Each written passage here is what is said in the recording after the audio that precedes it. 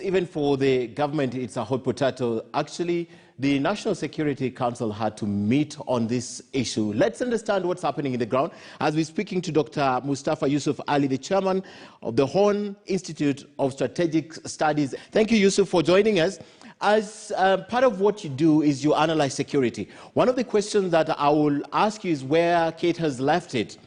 The location of a permanent military camp in that area. Do you think this will be a solution? Sending in KDF to deal with this matter, no one is safe, even when a GSU camp is attacked. Looks like no one is safe. So is that a solution, Yusuf? Thank you, Ken. Having a military camp in Laikipia can only be a temporary solution to calm down the people and to fight off or fend off those armed bandits who appear to be better armed than police. Bandits carrying M16 rifles, which are used by foreign militaries, is something to worry about. However, having a KDF or military there is not going to address the rather complex and challenging conflict, which is historical.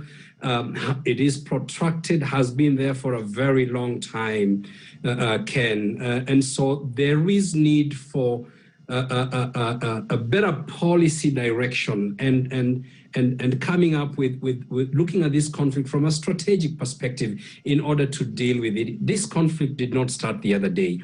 It is recurring. It comes just before every other election. You will find this kind of conflict in Laikipia, as it is true in a few other counties that actually border Laikipia region. So KDF is not the solution. It can only calm things down in Laikipia. Okay. One of the reasons that have been given, Daktari, is the fact that government decided to disarm the reservists some time ago.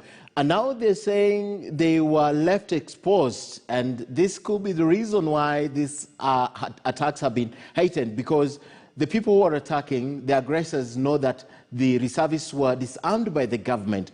Was it a good idea to disarm them? You know all the stories and reasons behind that, but was it a good idea, or the reservists were needed for this community protection? And don't forget that Kate says this recurs every election cycle. Every 1 year to the election, this is happening, Daktari.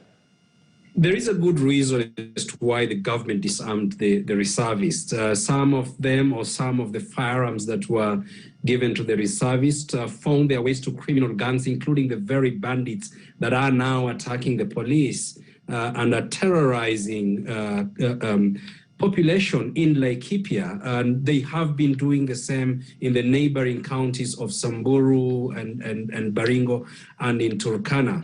There is need for the government to revisit that policy of disarming the reservists. If then the reservists are disarmed and they are normally the first line of defense, then the government has an obligation to actually boost security, beef up a GSU, maybe the military presence in such an area, as they have done in Baringo, in the Pokot area.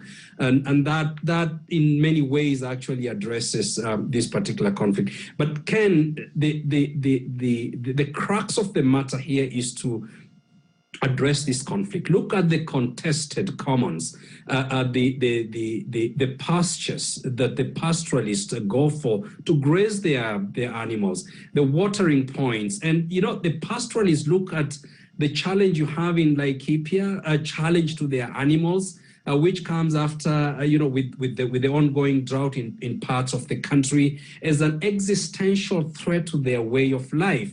But then the farmers also have a reason to worry about the behavior of the pastoralists. So these contradictory attitudes between the pastoralists and the farmers is something that needs to be addressed. Okay. A second point here, Ken, is it is inconceivable that you have in a whole county 50% of the land, over 50% of the land in Laikipia County is owned by less than 30 people. that is bound to cause problems. This has been raised again and again and again. And I heard Kate Waruguru talking about issuing of title deeds and coming up with a solution that is going to help both the farmers and the pastoralists in Laikipia. That way, then, some kind of land reforms in the county is going to address this problem. Right now, what we are seeing in Laikipia is just a stopgap measure. And if it's not going to be addressed in a strategic manner, that conflict will keep on recurring every year. Okay. I have about 30 seconds on the clock. I can't let you go without asking this question. The brazen way in which these things happen, these attacks. There was a daylight attack just meters away from where we had a security operation and government officials. There's GSU camps that have been attacked. No one seems to be safe there right now. What is the near solution in less than a minute? In the short term, the kind of manipulative political narratives that are bandied around in Laikipia, not just in Laikipia, but around those counties, also surrounding Laikipia, and now around the country, is something that has got to be addressed. Okay. Those narratives and the manipulation by politicians is not something that is going to resolve that particular conflict, but is going to inflame this kind of conflict in Laikipia and around the country.